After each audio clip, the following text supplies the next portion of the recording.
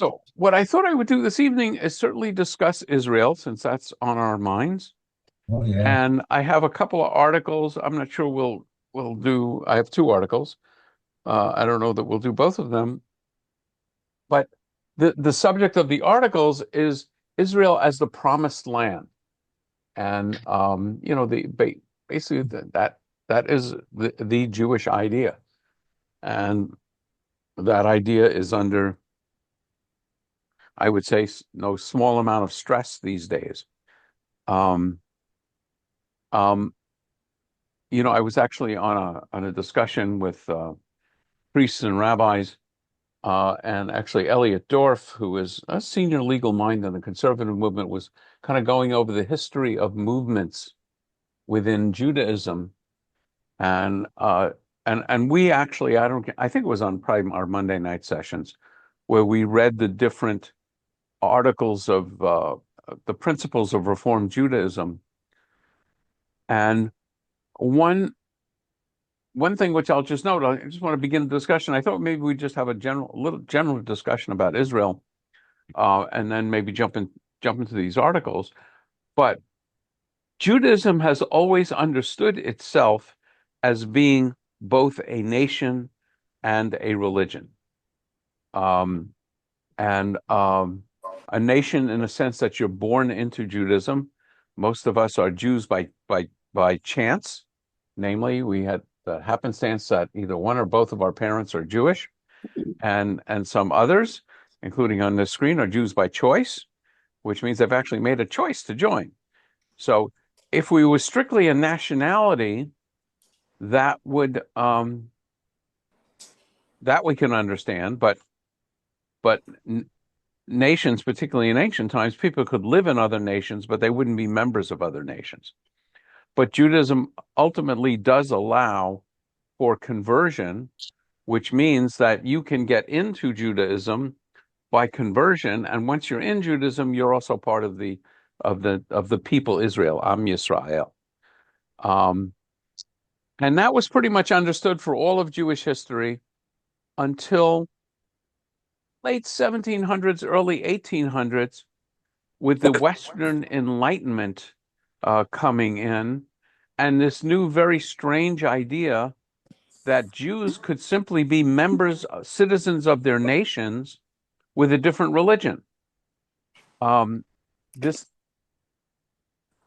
concept was never contemplated before. Um, but so, for example, an early example of this was in France.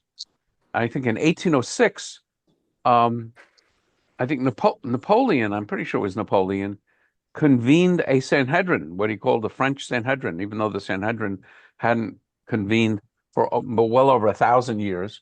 He basically convened French Jews in authority and posed to them a long list of questions. But the basic question was, are you Jews or are you French citizens? And I think I can't remember which philosopher said, you know, as as as Jews, we in France grant Jews full rights, but as members of the nation Israel, zero rights. And basically, the French Sanhedrin agreed to almost everything that Napoleon asked. And he was asking questions like, will you fight in a French army? Will you pay taxes? And went through a long list of issues about whether Jews are French or members of the nation Israel. And I think if my recollection is correct, the only one that they refused to go along with was intermarriage, because one of the questions he asked was, are Jews going to be willing to marry non-Jews? And they went so far as to say, we will register our weddings with the French, um, government, but Jews can only marry other Jews. And I think if you may recall, when we first looked at the early reform statement, the Pittsburgh Platform, which was like 1880 something, or, well over 100 years old, the first statement of reform rabbis on what it means to be a Reform Jew. and it was very clearly anti-Zionist. It was very clearly espousing the idea that Jews are Americans of, a Jewish religion, just like you have Catholics, you have Protestants, you have, you know, Seventh-day Adventists, you have all these different religions, but we're all Americans.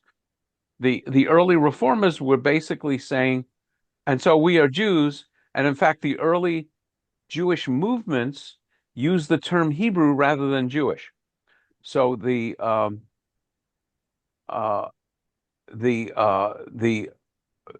the the school was Hebrew Union College, still called Hebrew Union College. The organization, which is now the URJ, Union of Reformed Judaism, was called UAHC, the Union of American Hebrew Congregations. So that was the congregational arm. And the rabbinic arm is still the Central Conference of American Rabbis. So they studiously avoided the word Jew. And so in the early Reform movement, I would say it did away with the idea that Israel was anything special, other than, of historical interest, but that any concept of like a promised land where we, hold that that's a uniquely Jewish place and so on. And of course, the Reform Judaism has in the 100 years since or so gone completely the other direction and become very much pro-Zionist. And in fact, to the point that I think that Reform rabbis, cantors, and educators being trained at Hebrew Union College all spend a year in Israel, and both to improve our Hebrew, but also to get a better sense of what Israel is all about. So, Judaism, as it defines itself, has an unmistakable tie to the land of Israel. And in the Torah, there are mitzvot that you can only fulfill in the land of Israel. And I would say in our generation, that tie is weakening and is becoming more controversial. And we hear, I would say, a lot of people saying, I'm not anti-Semitic, I'm anti-Zionist.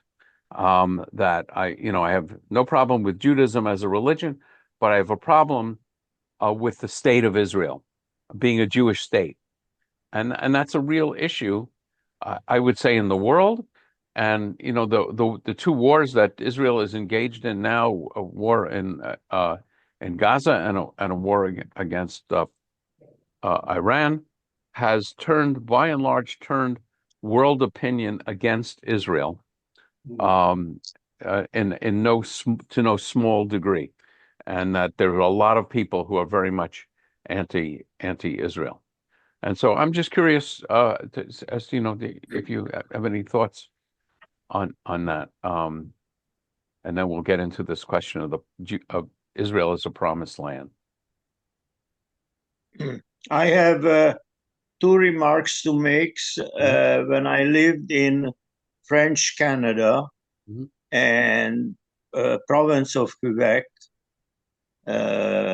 which they govern by what they call the Parti Québécois, and I got married in a synagogue, and I have a ketubah, and I never got I got certificate from the government. But if you are Jewish and you desire to get married in the city hall, you will get a certificate. But when I emigrated to the United States, I had difficulty because the embassy didn't accept the ketubah. How interesting. And you did Yeah. not have a civil certificate of marriage? No, I did not.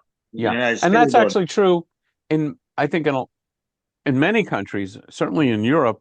I know because, both my son who got married in Serbia and a cousin who got married in France, that the civil wedding and the Jewish wedding would be completely separate. and not, and and doing a Jewish wedding in France would have no standing as a civil marriage.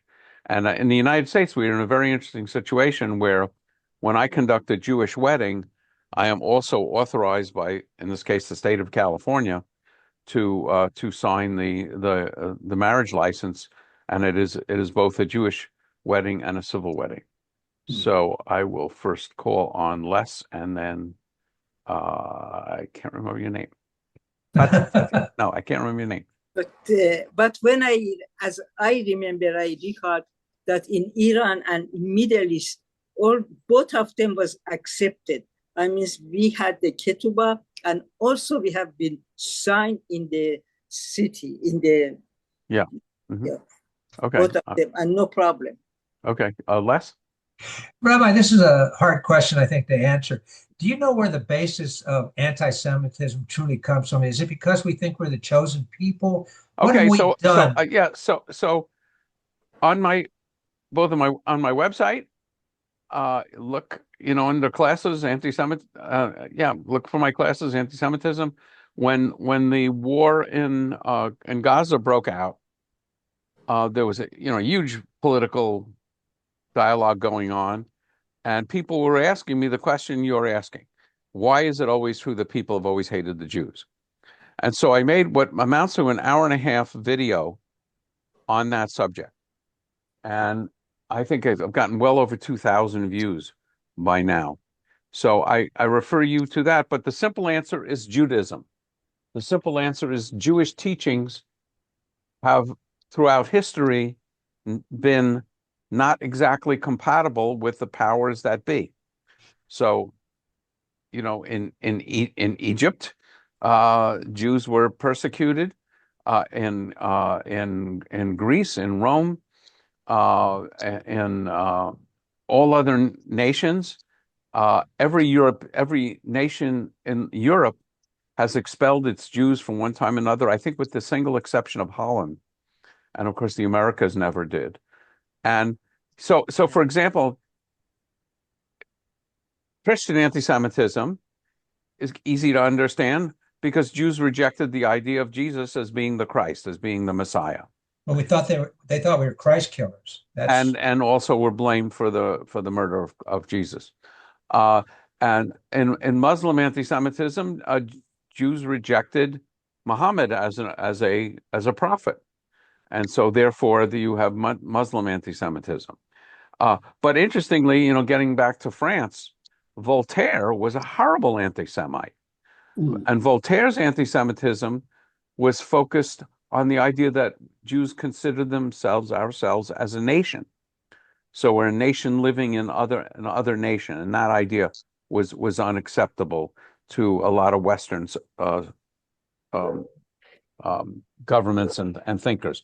So and you think about it right now, you have two real sources of anti-Semitism, one on the ultra left and one on the ultra right. And it's sort of astounding that any idea could unite the ultra left and the ultra right, except for anti-Semitism. It's the only thing they can agree on is that is Jew hatred, and different reasons. But I really recommend you take a look at that video. There's also the hatred of Jews because of our success. Yeah, but even poor Jews who are barely surviving in Poland, peasants, were also hated and put to death. So it's not only successful Jews. Right. So it's and you ask why were Jews successful, and it has to do with study of Talmud and teaching and being literate. And so it all comes. There's a wonderful book by Dennis Prager and Joseph Telushkin called "Why the Jews," and basically he goes through the list of different forms of anti-Semitism. And in my own book, I also have a chapter about anti-Semitism, and they go through the list of reasons for anti-Semitism, and they're all over the map, but they really relate to Judaism. Erwin. I just would like you to clarify to me that without the Torah, or what they call 5 books of Moses, how you call it, it would not be a Quran, it would not be a New Testament, wouldn't be Christianity or wouldn't be Islam. Muslims. Yeah.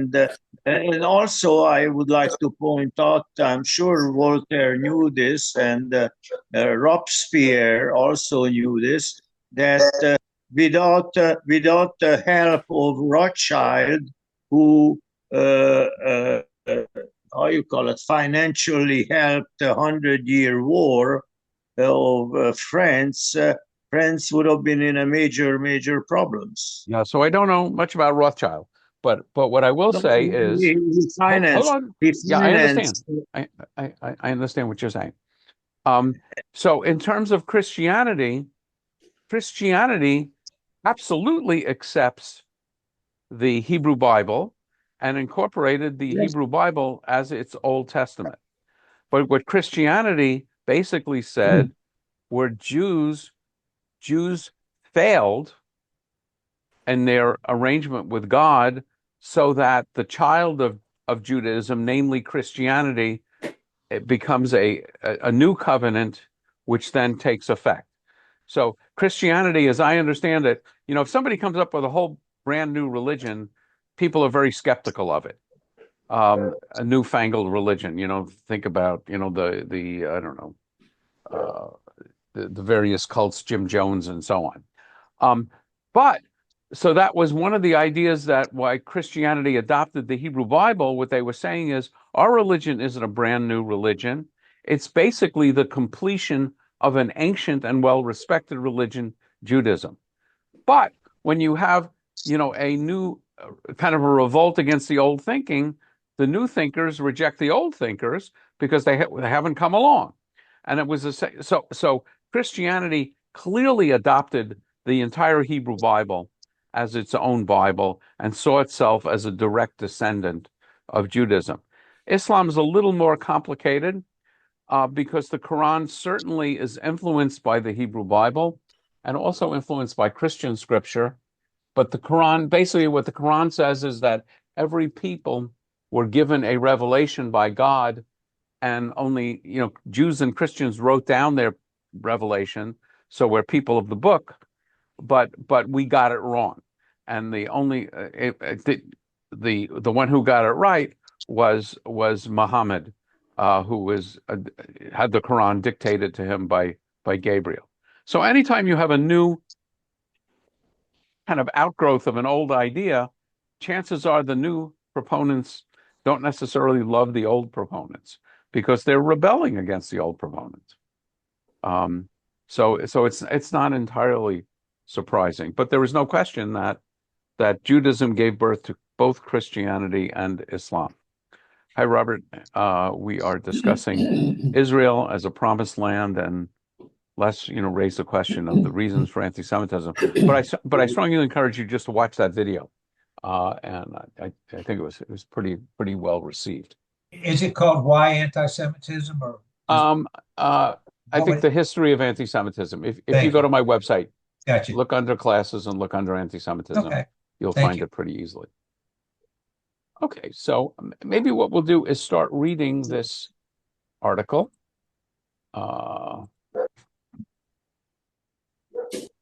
And here we go. And it's there's two articles, and I think we can probably get through at least the first one. It's called "The Promise of a Promised Land" in My Jewish Learning. So would someone like to read, if you have a big enough screen?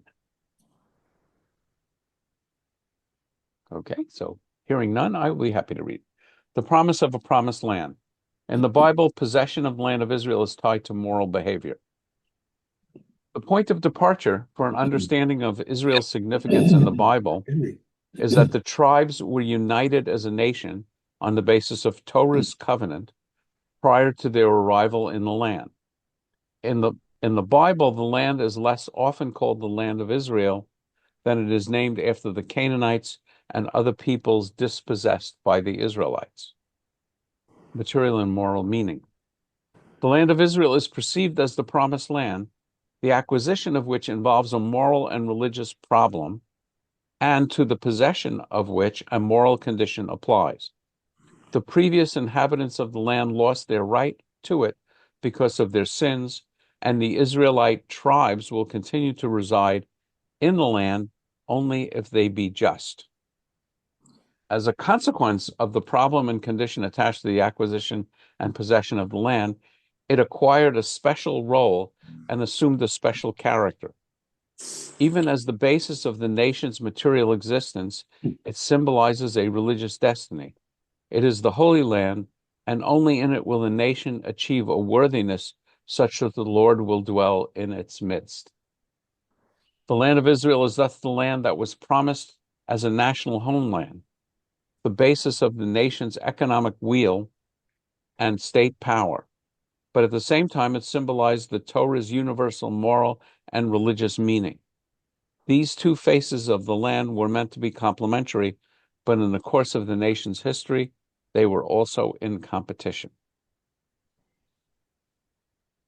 Among the main expressions of the dual character of the relationship to the land are the commandments that depend upon the land. That is, can be observed only in the land. The laws of sabbatical and jubilee years, of tithes and offerings to the priests, and laws of the harvest that guarantee that shares be left over for the poor. These commandments depend, I'm going to scoop up, on the land not only in that they apply to the nation when the nation is in the land, but because they are concrete application of the moral and religious condition on which possession of the land depends. So one example of this that I sometimes like to talk about is so-called Shemitah. And in Shemitah means every 7th year, according to the Torah, you're not supposed to work the land. The land is supposed to rest. So basically, you let the land just be, and crops are going to grow, but by and large, you don't cultivate, you don't fertilize, you don't do organized harvesting of the land. You let the land rest.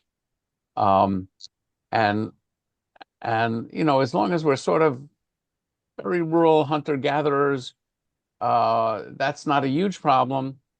I would say in the last, 40, 50 years, maybe more, this has been a real problem in the land of Israel because a lot of Israel's economy is based on agriculture, and you can't just basically take a year off from harvesting oranges and whatever it is they grow in Israel.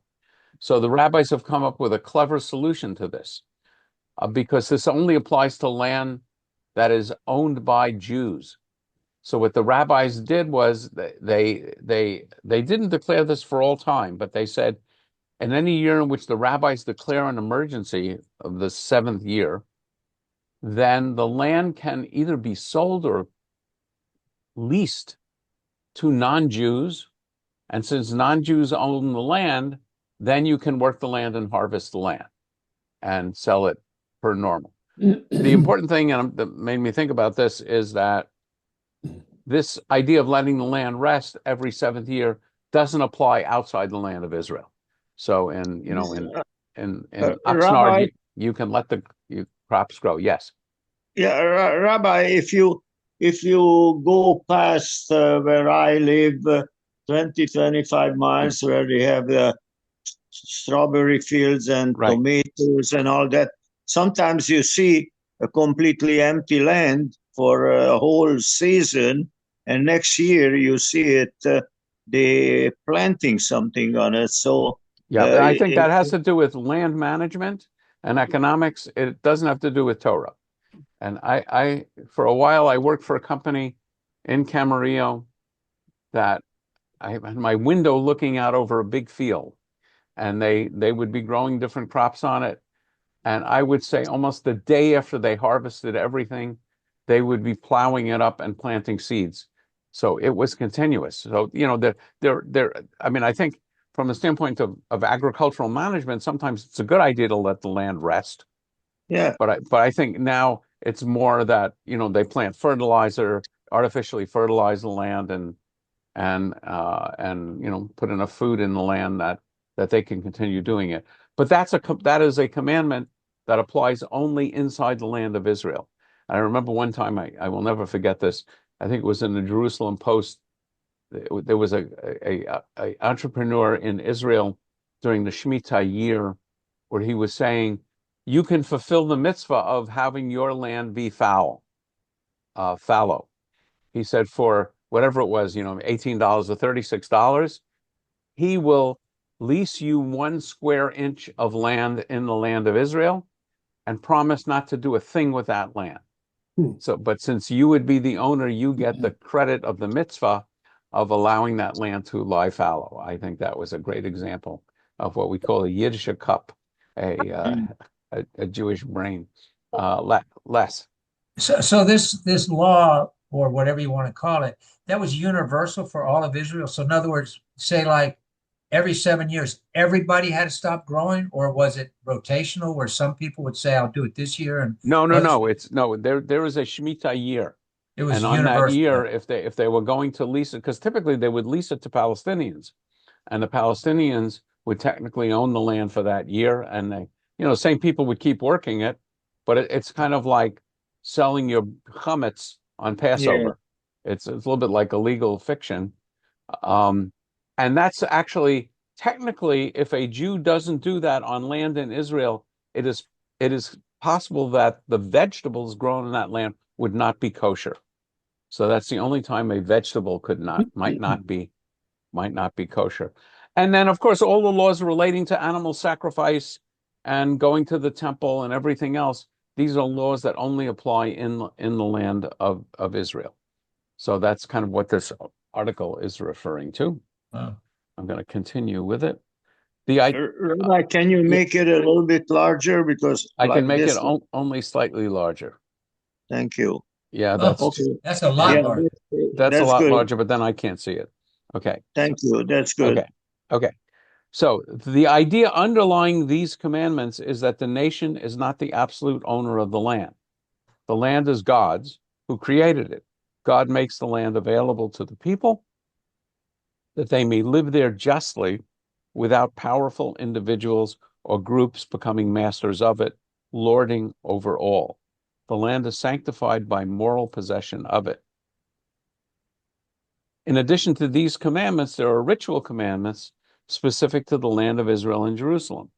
God may be worshipped by bringing sacrifices only to the temple, which is the symbol that God dwells among his people. God reigns over his people in his land and is their leader. Therefore, when the temple is destroyed and the nation is not in the land, God cannot be worshipped in full, nor can there be Jewish kingship.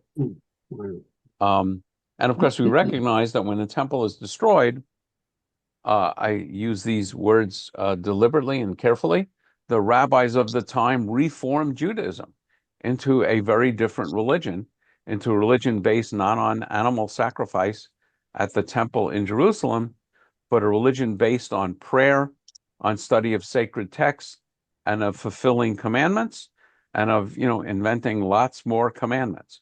And this is a change.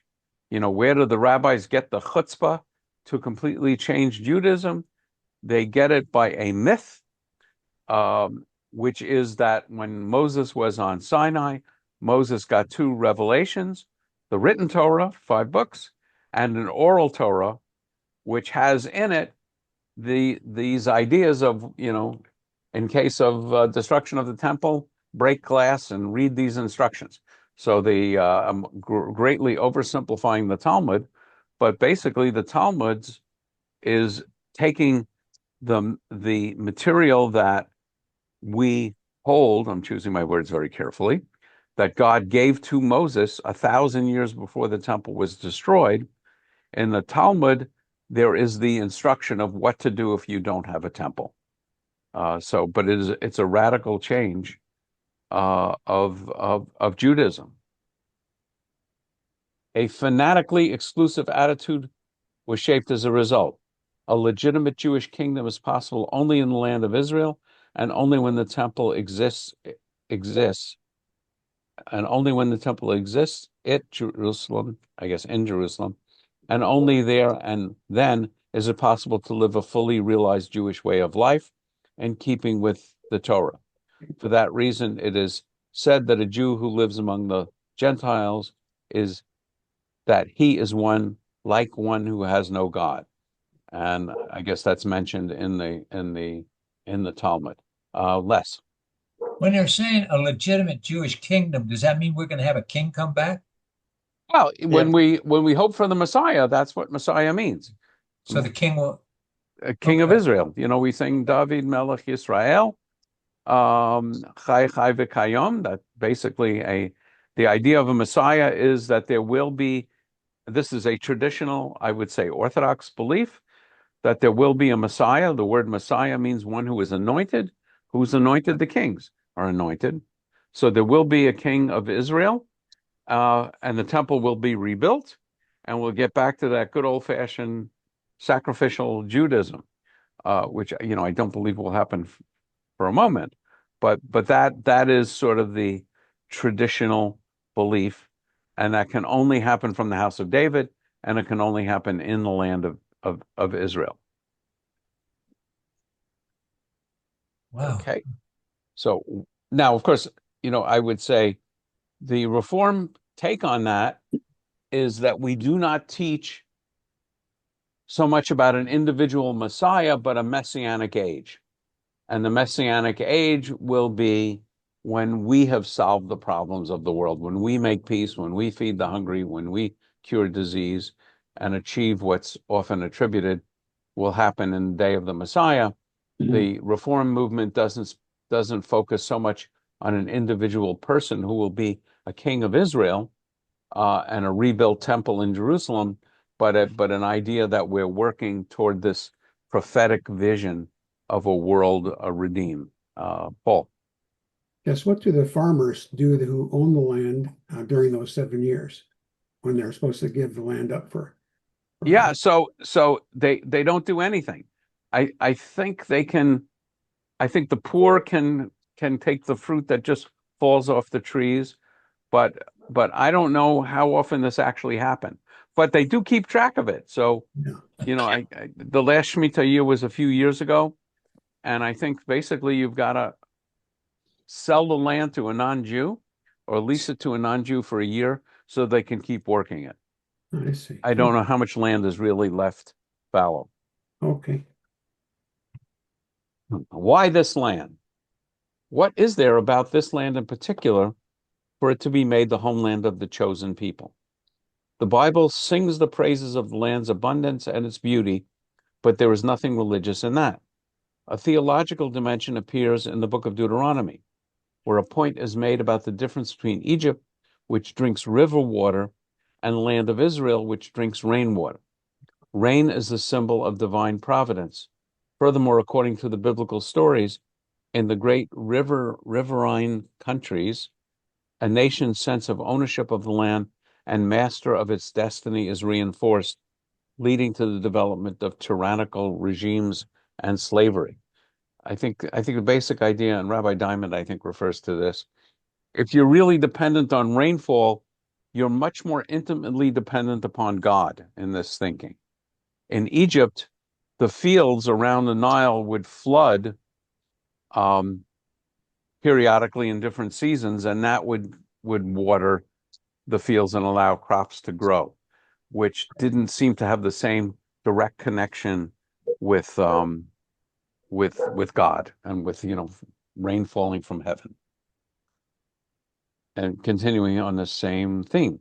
In lands that drink rainwater, on the other hand, man constantly senses his dependence on God, and for that reason, such a land will sustain a regime of justice free of subjugation. Rainfall is perceived in the Bible as a means for the edification of the people. This is most pronounced in the early prophets, and above all in the story of Elijah and the prophets of Baal. We learn from that story the dependence on rain is a form of trial. There is a great temptation to use pagan magic to ensure that rain falls, but that defiles the land and it then vomits up its inhabitants. It was, in fact, the source of the Canaanite sin. The people of Israel must learn that only by observing God's commandments can they dwell in the land and enjoy its bounty. Later in Prophets, the section of the Bible that comes between Torah and Ketuvim, or writing, we find a somewhat different variant on this theme. The land is located between the great river powers, Egypt and Babylonia, and between the desert and the sea. It is a middle land. It attracts all nations and is a pawn in the hands of powers who fight for world dominion. Those who live in the land are tempted to take part in the struggle between the powers as a way to aggrandize power for themselves. But the only way to live in the land peacefully and to bring a vision of peace to the world is by refraining from participation in those pagan power struggles and by living a life of justice and truth in accordance with the Torah. In a word, then, the nature and status of this land embodies the conditions of the covenant made between God as expressed in the Torah. Yes, I can see it. The next article we'll read, and I think I'm just tempted to we'll have a little discussion now, and maybe we'll save the next article for next time. I think I just stopped sharing. Yeah, go ahead, Les. Is Israel considered a highly productive agricultural country, or is it medium? Or I mean, how does it rank as far as agriculture goes? I have In no today's idea how world? it ranks, but I think left to natural causes, natural irrigation, Israel was not particularly productive. I think one of the triumphs of the Israelis that made Aliyah was to create forms of irrigation that could work with a lot less water, drip irrigation and other forms of irrigation to make the desert bloom. And boy, when I lived in Israel and you'd ride around Israel, you could see it. You know, when you would drive near the West Bank, and there were Arab towns and Israeli towns, it'd be a road and you'd have lush forest on one side of the road and basically bare desert on the other.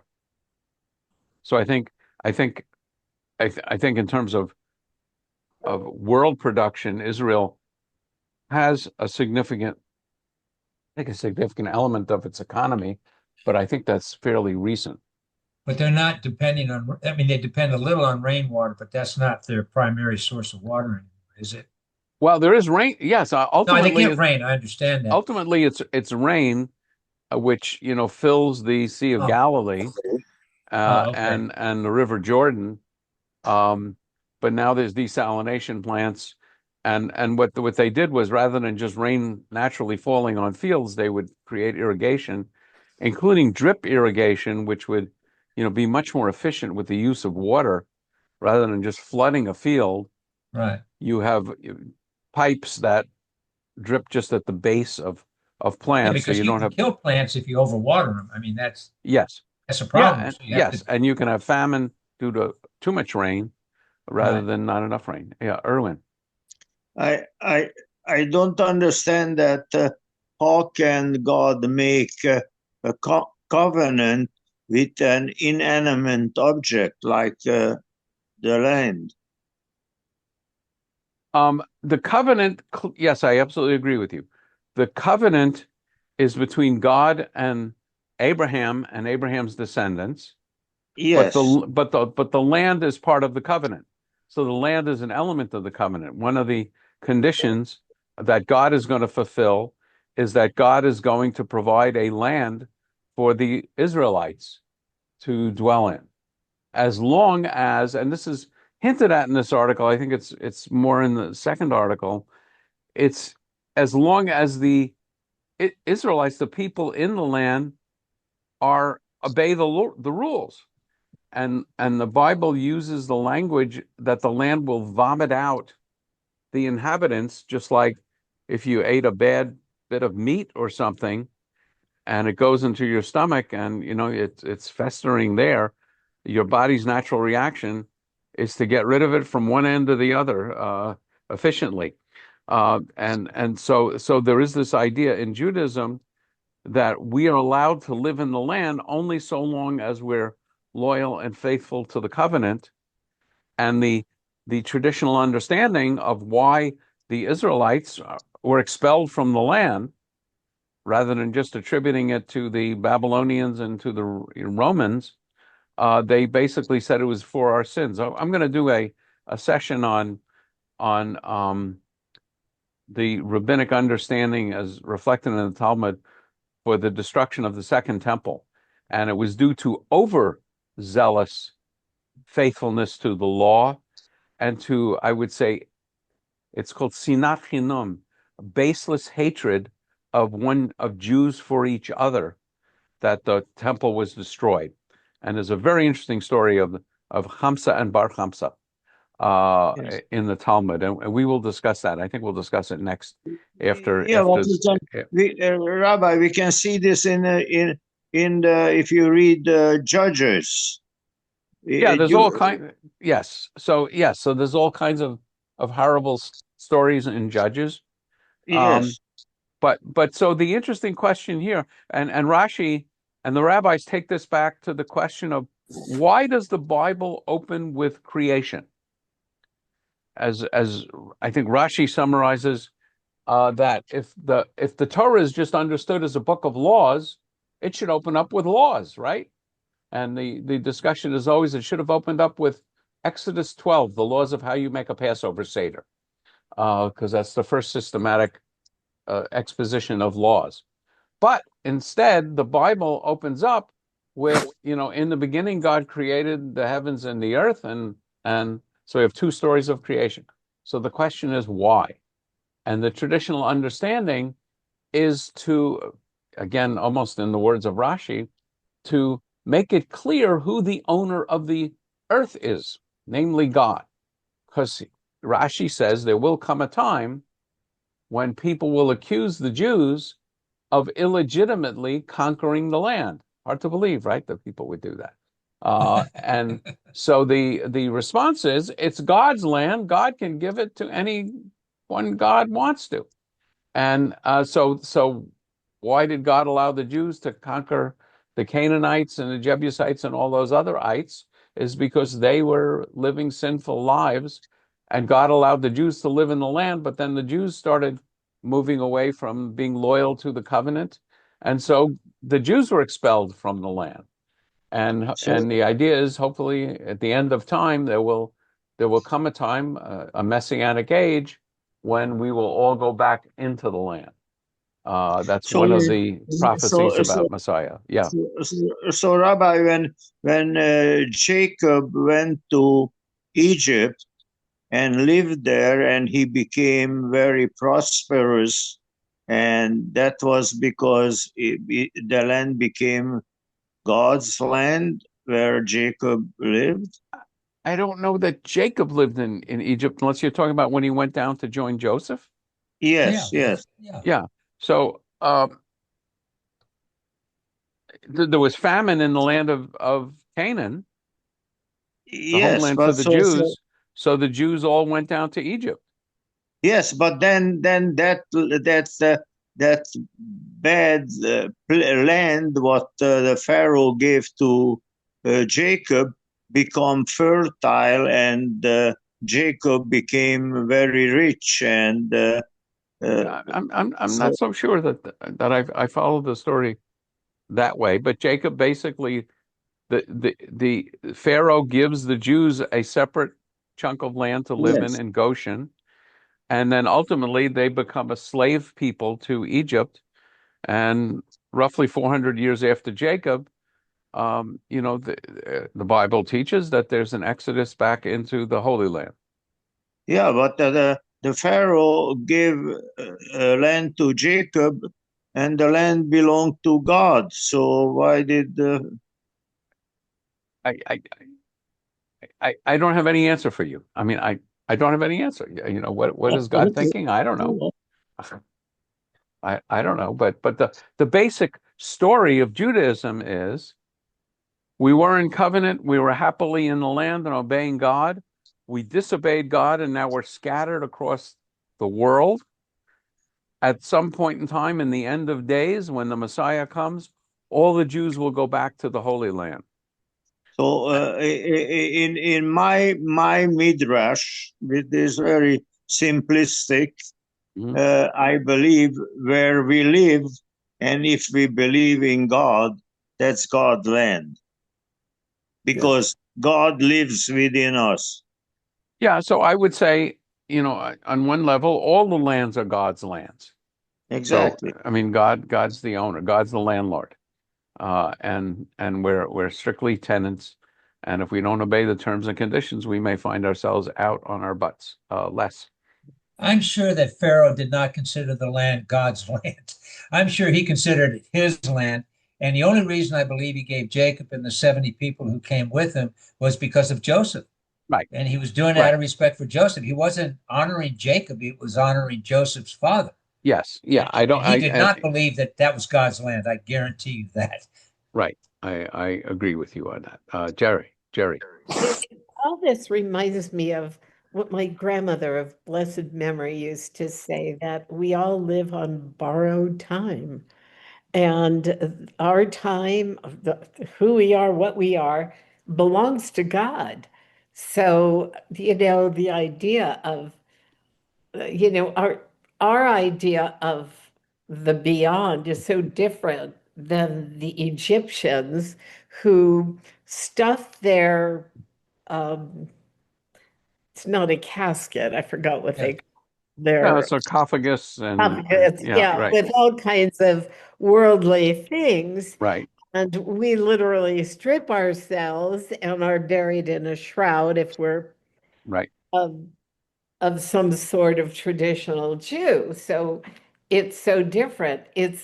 We are all God's and everything we have. This is all alone. It's all temporary. It's Yeah. all I, transient. I would say that reflects Jewish tradition and understanding. And certainly a lot of Jewish law, like the ones you mentioned, that were buried in a very simple casket, a very simple garment, is, I think, a reaction to pagan practice. And particularly in Egypt, there was this enormous, the wealthy kings would be buried with, chariots and horses and servants who aren't necessarily dead yet, and jewels. And when later years, when these tombs were uncovered, you had the great, great discoveries. Um, and in fact, I once came across this idea of why do we have a restriction against cooking a baby goat in its own mother's milk? Of all the things that God would be concerned about, how did that one come up? And scholars think that may have been a Canaanite magical form of worship, of taking a baby calf and cooking it in its own mother's milk. It does have kind of a bizarre magical tinge to it, and so that form of magical practice was eliminated by a specific rule in the Torah. So I do think that there's truth. We were rejecting the practices of other nations, and we see that, I think, in Torah a couple of times. Don't be like the other nations. Less. It was only the pharaohs that were buried with all that, ornate stuff. The regular Egyptians weren't. They were just I have no buried idea. like normal people, right? I have no idea.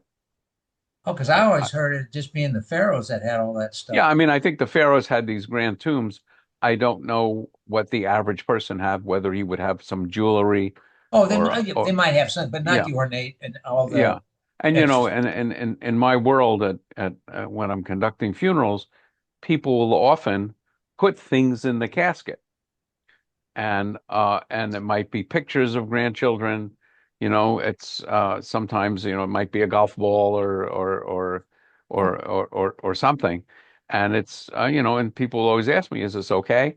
Or they won't ask me, and I would never insist on strict observance, but it's not traditional to put anything in a casket. That the simple shroud is traditional. It's supposed to wear a talit with with the fringes cut off.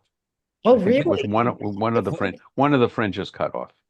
Would Oh, that be that you came into the world with nothing, and so when you leave with Well, I nothing, mean that's a essentially? nice, yeah, that's a nice explanation.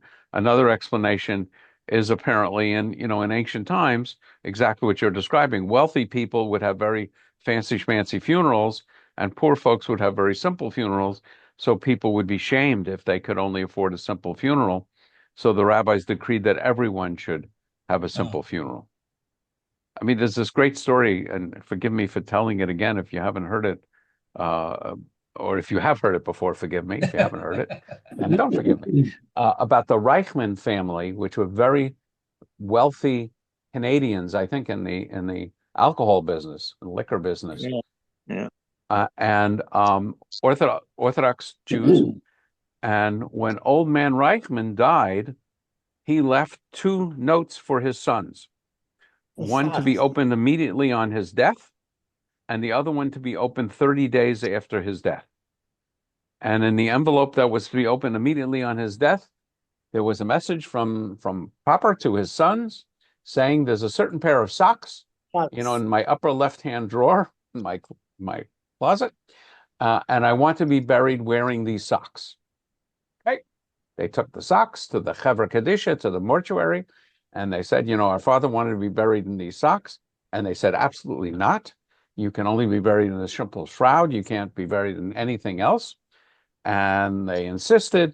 And, they, as I remember reading the story, they said, we don't know what your father was thinking at the time, but now he's in the world of enlightenment and he knows that he can't be buried with these socks. Okay. So he was buried without the socks. Now comes Shloshim, the 30 days after his burial or after his death, and the sons open up the letter to them from their father, and the father says to them, by now you have learned that although you can make billions of dollars in your lifetime, you can't take with you as much as 1 pair of socks. Right. Wow. Which I think it's a great story, and it's true. I love it. So, but I do think it's a reaction to other forms of burial practices. Paul. Yes, I'm going to try this. I don't know how good it'll work, but I read this book called Seeds of Wisdom by Mendel Conlinson. He's a Chabad writer, and it says in a sentence here, it says, improving the world around us comes before perfecting our own inner world.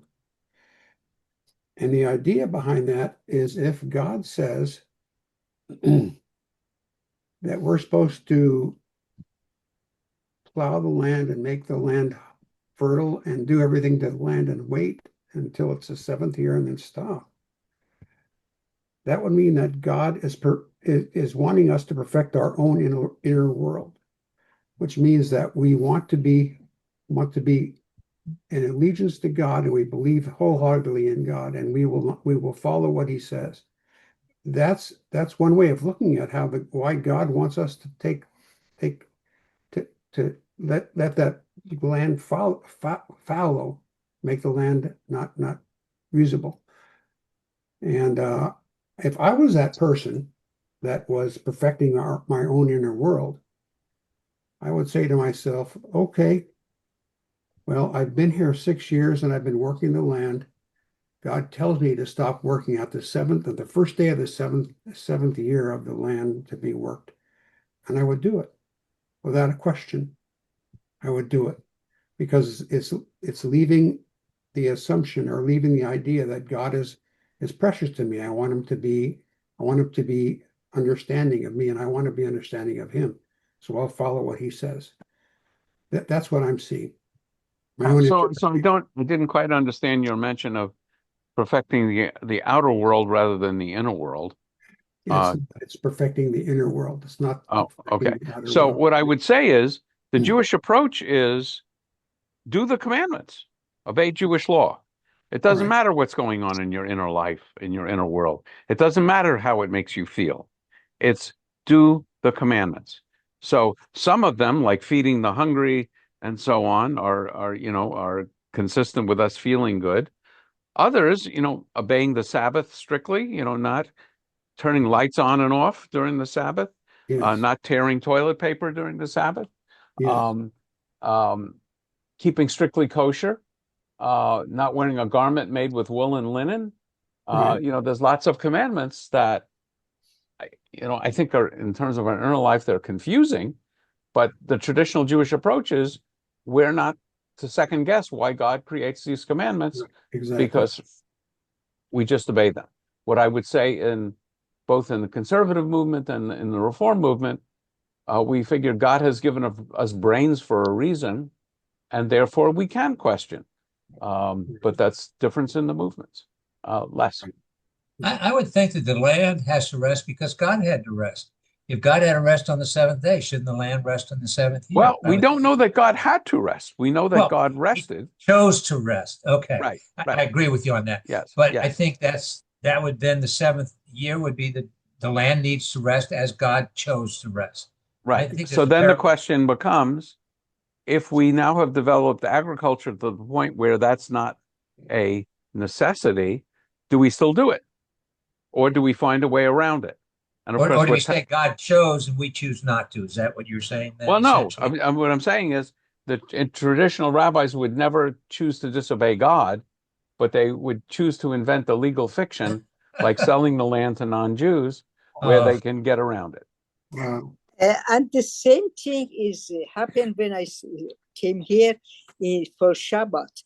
That in Friday afternoon they were selling their store to a non-Jewish people, and after Saturday night they take it back, and they said it's not kosher because this store is working, but the other sign said that people said no, the guy that owner of the store is not working. I don't know. It's the same Yeah. thing. So yes, I agree with you. So then, I mean, the example that we're more familiar with is selling the chametz on Passover. So the issue is, how do you feel about legal workarounds?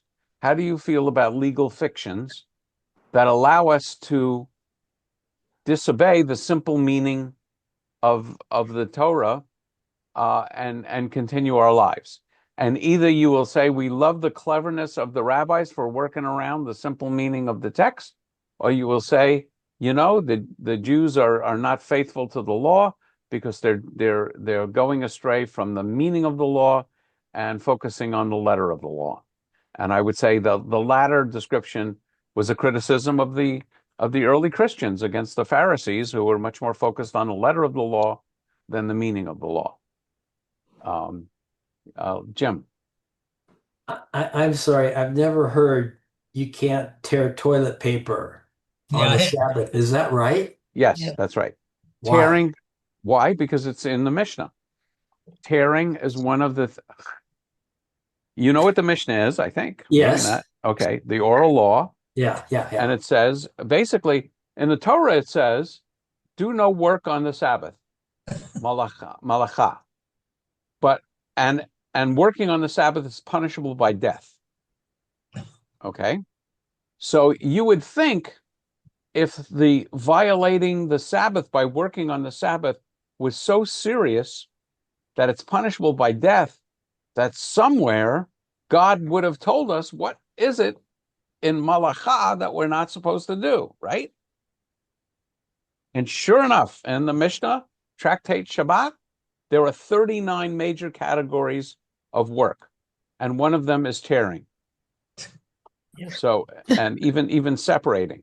So if you go, if I have to just say, in my childhood synagogue, if you were to visit the bathroom, instead of being on rolls, they had sheets. So you yeah, can pull the sheet tissues, out like yes, a tissue yeah, box. mm-hmm. But, this is a very conservative synagogue Right, that was observing the laws of Shabbat.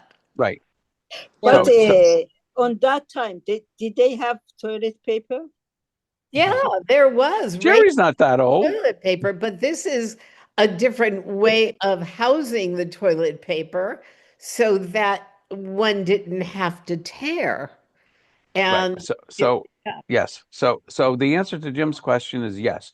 Today, if you're in an Orthodox home, I mean, I don't know. I've never actually had this experience, but presumably either the toilet paper will be pre-torn and be sitting in a pile, yes, or I mean, I think today, I don't know why you can't just have a box of tissues. you could pull So that. and there are even this will even make you a little crazier, Jim. My understanding is in the same vein, you're not allowed to separate fish bones from the fish flesh. So, for example, that's one of the reasons why we have gefilte fish, because it's ground up and you don't have to separate bones. So if you're going to live in the world of orthodoxy, there are all kinds of, I would say, I'll use a neutral term, unexpected things you will find. And the rabbis have figured out a way around them typically. So, for example, you're not allowed to start or put out a fire on the Sabbath. The rabbis say electricity is fire. So, in a traditional Orthodox home, you won't use light switches on the Sabbath. You'll figure out what lights you want to leave on, and they will be turned on, before the sunset on Friday, and you leave them on. Or the rabbis have approved timers on switches. Now, so timer, is that violating the spirit of the Sabbath, or not? So that's and it gets much more fun and much more complicated, and I can talk almost endlessly on the interesting ways of getting around those rules. And depending on which rabbi you ask, you're going to get a different answer. Yeah, but in many cases in the Orthodox world, you will get the same answer on pretty simple things. Let's see, we still a little time. Paul, you want? You're muted, Paul. You're muted.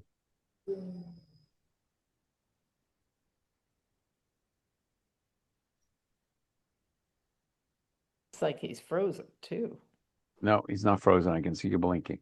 Oh. I think I can actually.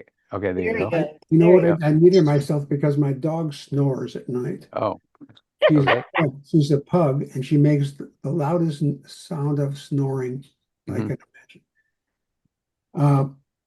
I was at Rabbi Lang's house a while ago, and it was his birthday. So I brought him a wrapped birthday present.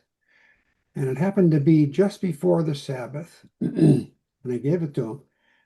And he says, "Thank you, but I got to open it because I can't open anything I can't open anything when the Sabbath is here." He's carrying it, yeah. He is, and he can't. He's serious about all that stuff. He's very serious about it. And even a refrigerator in his house has on the panel that notifies you of the lights that are on, not on. It's SM, a Sabbath mode, and when it's Sabbath mode, when you open the refrigerator door, the light doesn't go on. Correct. And not only doesn't the light go on, but the compressor, instead of operating off of a thermostat, operates off of a timer. Really? Because normally in your refrigerator, you open the door. There goes Jim again. And normally in a refrigerator, you open the door, the cold air comes out, right? Right. The temperature inside the refrigerator goes up, and there's a little thermostat. So the thermostat senses that the temperature has gone up, and it needs to come on to lower the temperature. Right. So if you think about it, what happened is by you opening the door, you have indirectly caused an electric current to flow. Right, exactly. But in the Sabbath mode, the compressor just goes on and off on a timer, not on a thermostat. So it might not keep the temperature constant, but your opening and closing the door doesn't affect whether the electric current flows. And I think many of you know, if you've had the experience of being in Israel, on the Sabbath, there's always a Sabbath elevator which stops on every floor. So you don't have to push a button, because by pushing a button, you're causing an electric current to start or stop. That's right. My kids loved that when they were little, and I brought them. But they thought that was the greatest thing. Yeah, it they was cool. kept going up and down the elevator. Okay, well, I'm going to cause our electric current to stop flowing. Is that one of the things I think about when I think about Reform versus Orthodox Judaism? Is Reform says, it's not such a big deal. Reform says it is a big deal. You can't do this on a You mean Sabbath. Orthodoxy says it is a big deal? That's right. So I would say Reform doesn't say that. Reform would say ritual issues are between you and God. I see. It's not that it's not a big deal, but rather than it being considered a mandated commandment and an absolute commandment, those issues are between you and God. You should study them and decide, whether you're going to be Sabbath observant, and obey it. I know Sabbath observant Reformed Jews, and Reformed Judaism has no problem with that. Really? Okay. Okay, well, I'm going to wish you all a good evening. On Wednesday, we're going to be discussing a really interesting article, which is it's the first time I've ever seen this. You know, we in the Reform world, I would say, as we read Torah, we read certain of these commandments and, you know, and horrible things like, you know, stoning children to death and so on. And we say, well, this is the effect of humans, and it's not really God speaking to us in those words. I would say that is definitely a Reform response to some elements of Torah. The article on Wednesday addresses, I can't remember exactly how they put it, but they address it, the idea that this may well be God deliberately putting these things in Torah to force us to keep our observance to Judaism updated with the times. It's a very interesting article. And so I hope you will either join me live or on YouTube. So anyway, we'll see you Wednesday, and we'll continue this discussion about the Promised Land next Monday. So take care and be Very well. interesting. Very interesting. Bye. Thank you so much. You Thank are Bye, very everybody. welcome. Really appreciate it. Bye, Bye. Gazant. Take care. Bye.